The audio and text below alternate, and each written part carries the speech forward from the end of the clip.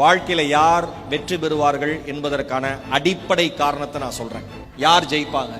எந்த மனுஷன்ட்ட பொறுமை அதிகமா இருக்கோ அந்த மனுஷனால மட்டும்தான் பிசினஸே செய்ய முடியுங்கிறத யார் தெரிஞ்சுக்கிறாங்களோ அவங்க வாழ்க்கையில ஜெயிப்பாங்க. அந்த பேஷன்ஸ், பொறுமை தான் ரொம்ப ரொம்ப முக்கியம்.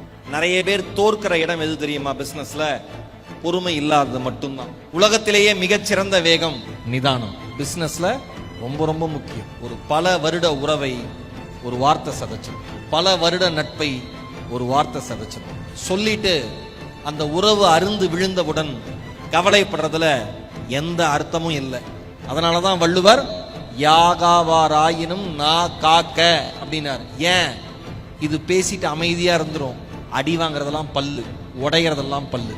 சொல்லு ரொம்ப ரொம்ப முக்கியம். அதுவும் பிசினஸ் பீப்புளுக்கு நீங்க எந்த வார்த்தையை பயன்படுத்துறீங்கிறது ரொம்ப ரொம்ப முக்கியம்.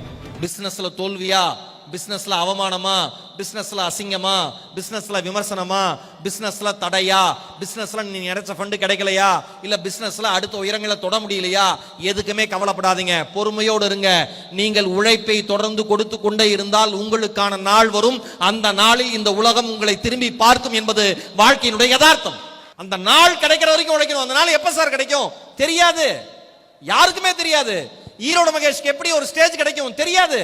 உழைச்சுக்கிட்டே இருந்தேன். பட்டிமன்ற மேடைகள், பேச்சு போட்டி, கவிதை போட்டி, கட்டுரை போட்டி, உழைச்சுக்கிட்டே தான் இருக்கணும். அந்த மேடை எப்ப கிடைக்கும் தெரியாது. இந்த வெளிச்சம், இவ்வளவு கைத்தட்டல், இவ்வளவு மக்களோட அன்பு, இவ்வளவு போட்டோகிராஃப், இவ்வளவு ஆட்டோகிராஃப் எப்ப கிடைக்கும் தெரியாது. ஆனால் கிடைக்கும் வரை உழைக்கணும். கிடைச்ச பிறகு அதை விட அதிகமாக உழைப்பவன் பெயர் தான் வெற்றியாளன். நம்ம நினைச்ச இடம் கிடைச்சதுக்கு அப்புறம் அதுக்கப்புறம் ஓடிக்கிட்டே இருக்கணும்.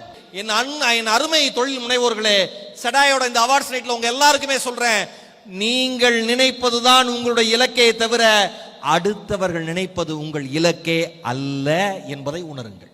லைஃப் ஒரு மேஜிக். எந்த நேரத்துல எந்த தருணத்துல யார் உங்களை பார்ப்பாங்க, யார் மூலமா உதவி கிடைக்கும், யார் உங்கள் காலை வாரி விடுவாங்க, யார் உங்களை வீழ்த்துவாங்க, யார் உங்களை விமர்சனம் பண்ணுவாங்க, எதுவுமே தெரியாது. ஒன்னே ஒன்னு சொல்றேன், இந்த உலகமே உங்களை கைவிட்டாலும் உங்கள் மீது உங்களுக்கு நம்பிக்கை இருந்தால் இந்த உலகத்தையே தூக்கிவிடக்கூடிய சக்தி உங்களுக்கு இருக்கிறது என்று நம்புங்கள்.